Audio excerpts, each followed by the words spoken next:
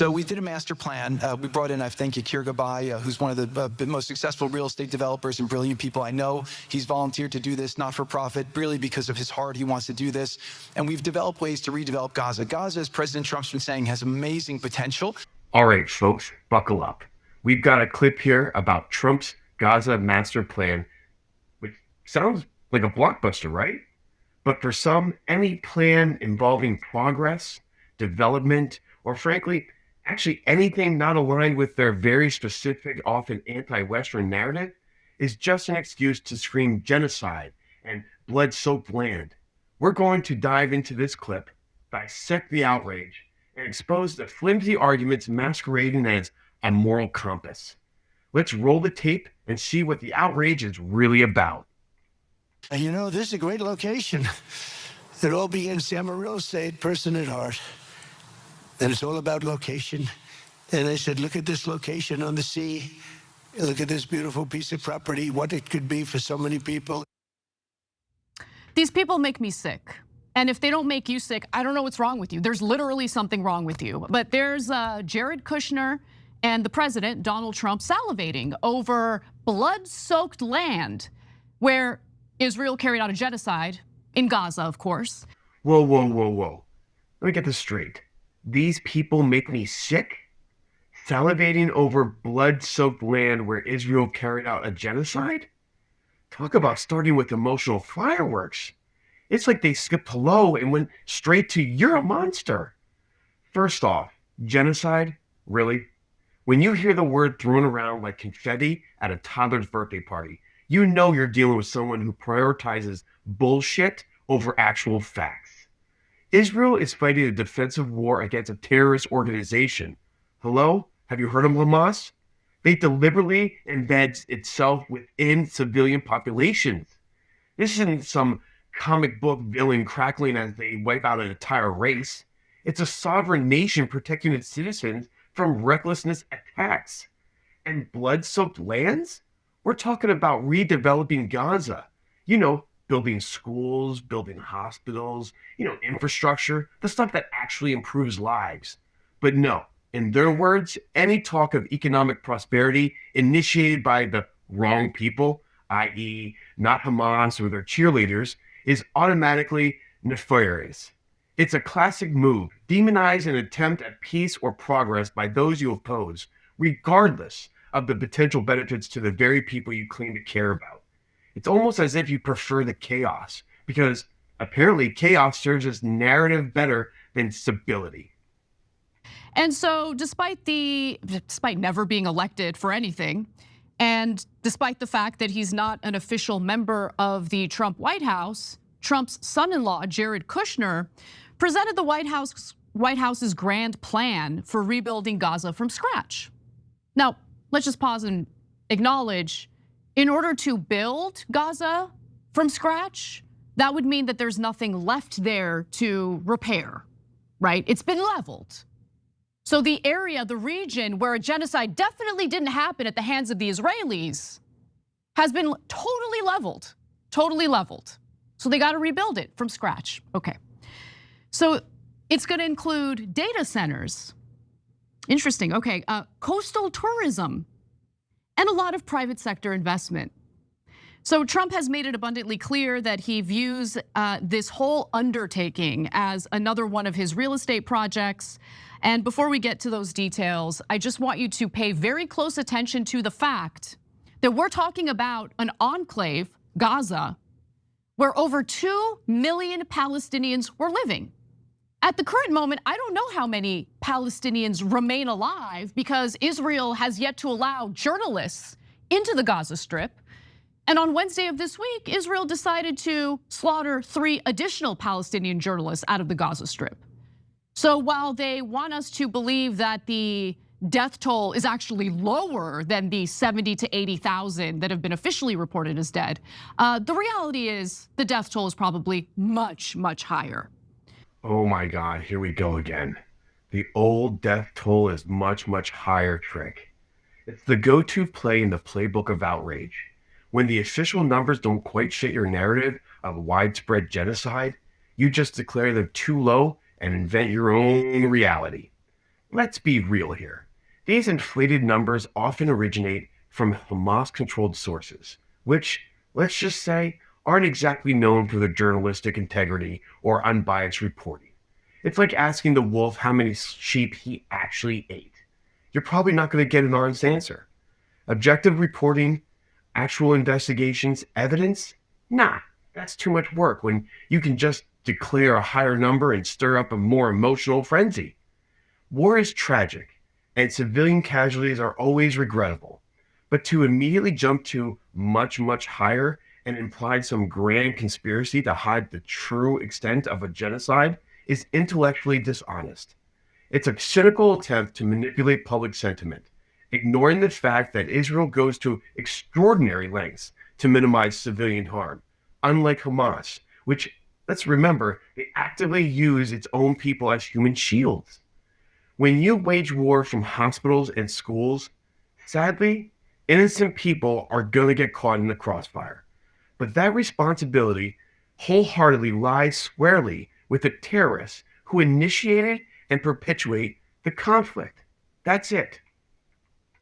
Now, let's get to some of the details here. The plan Kushner laid out would cost $25 billion, and the whole point is to create a so-called economic hub by the year 2035. So here he is laying out his vision.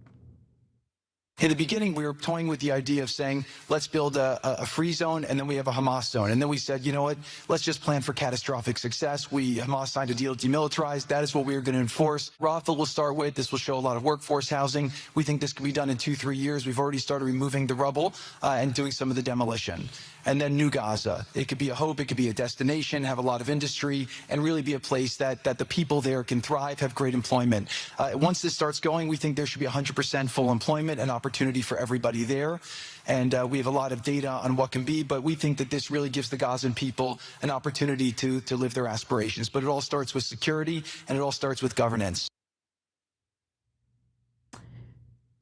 If you can remember, he had initially, this is a few months back, he had initially said, oh, we're only gonna redevelop Gaza in the area that's currently occupied by the Israelis, right? So the yellow line, which is over 50% of the Gaza Strip, which is occupied by the Israelis. We're only gonna focus on rebuilding that, but since Hamas hasn't demilitarized yet, we're not gonna rebuild the part that isn't occupied by the Israelis. Now that whole idea he threw out the window, and his whole idea now is, no, we're gonna rebuild the entire Gaza Strip. Now, is it for the Palestinians?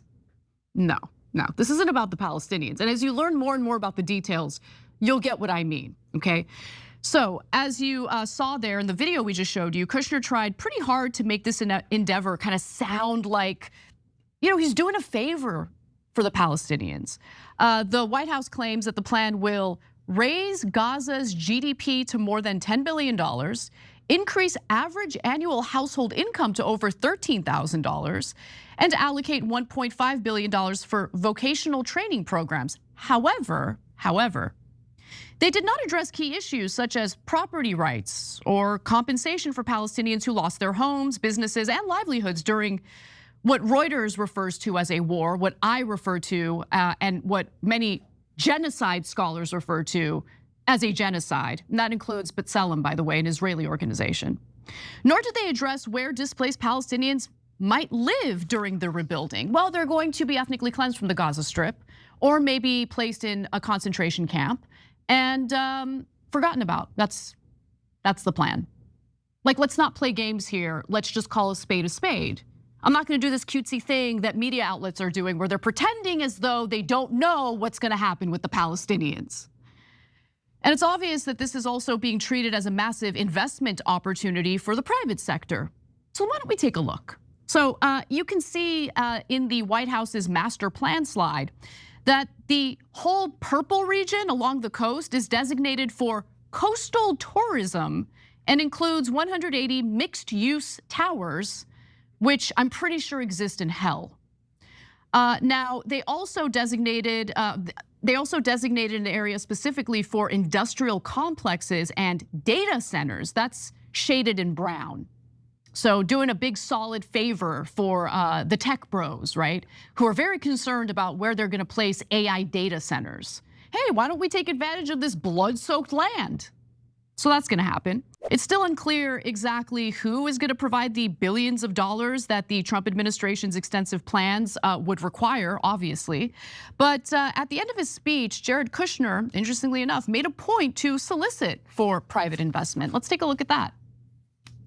A lot of you have been asking how can we help? So the countries have all been incredibly generous. We'll be doing the first conference where we'll announce a lot of the contributions that will be made in a couple weeks in Washington. From the private sector, there'll be amazing investment opportunities. I know it's a little risky to be investing in a place like this, but we need you to come, take faith, invest in the people, try to be a part of it.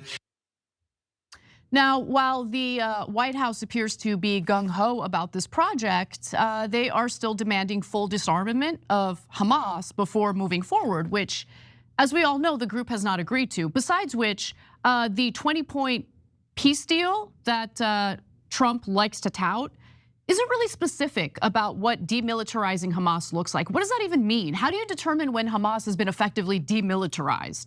The Israelis don't really detail that either because the details don't matter. It isn't really about demilitarizing anyone. It's just about snatching that land after killing and displacing enough people, Palestinians in particular. And here was Trump's threat to Hamas during the signing of the Board of Peace Charter.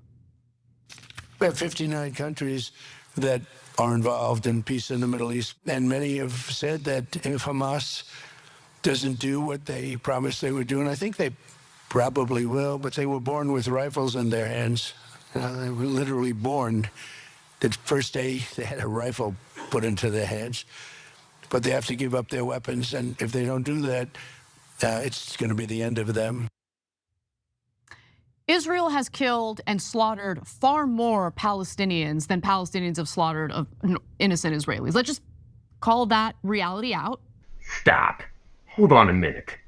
Israel has killed and slaughtered far more Palestinians than Palestinians have slaughtered of innocent Israelis? This is the kind of moral relativism that makes my head spin.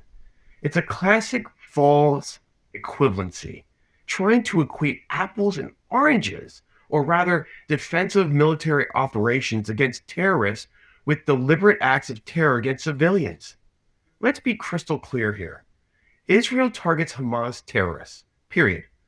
Hamas targets Israeli civilians, women, children, the elderly, they don't care. One is a sovereign nation attempting to defend its borders and its people from a barbaric enemy. The other is a terrorist organization that celebrates the murder of innocent people. The body count, while tragic on both sides, don't get me wrong, cannot be used as a moral scorecard without context.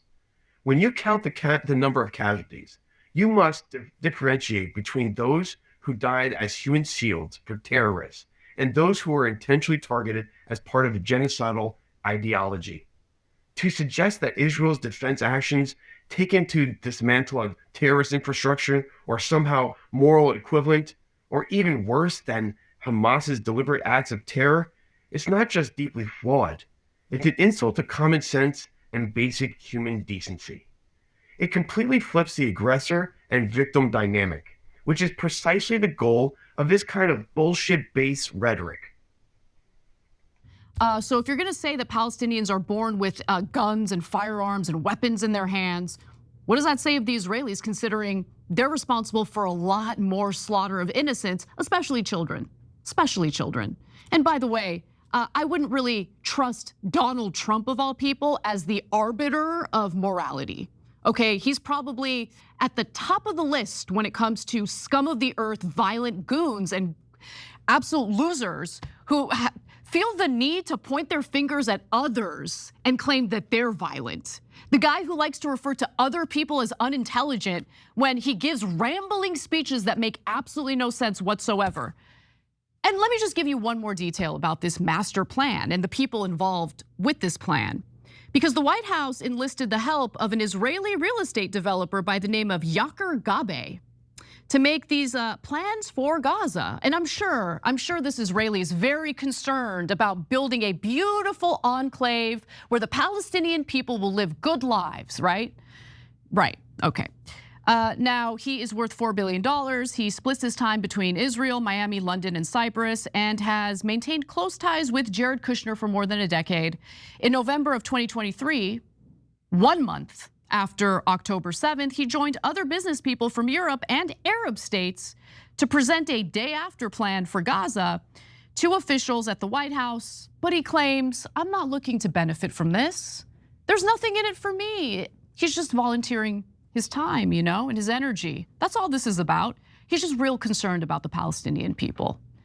And if you believe that, I've got a bridge to sell you. So that's where we are with Kushner, again, an unelected, unofficial member of Trump's administration, essentially plotting what he plans to do with land that will be stolen from a people who have just been genocided by Israel and continue to deal with Israel's violence and greed. That's the story. All right, folks, there you have it. This clip is a masterclass in emotional manipulation, false equivalencies, and outright denial of reality. It's a prime example of how some narratives prioritize outrage and victimhood over any genuine attempt at peace or progress. So tell me, what do you think? Are these arguments compelling, or are these just more of the same tired, biased rhetoric? Let me know in the comments below. Don't forget to like this video, share it with your friends, and hit that subscribe button so you don't miss our next breakdown of political nonsense. We'll keep calling out the flawed arguments and bringing you some much needed common sense.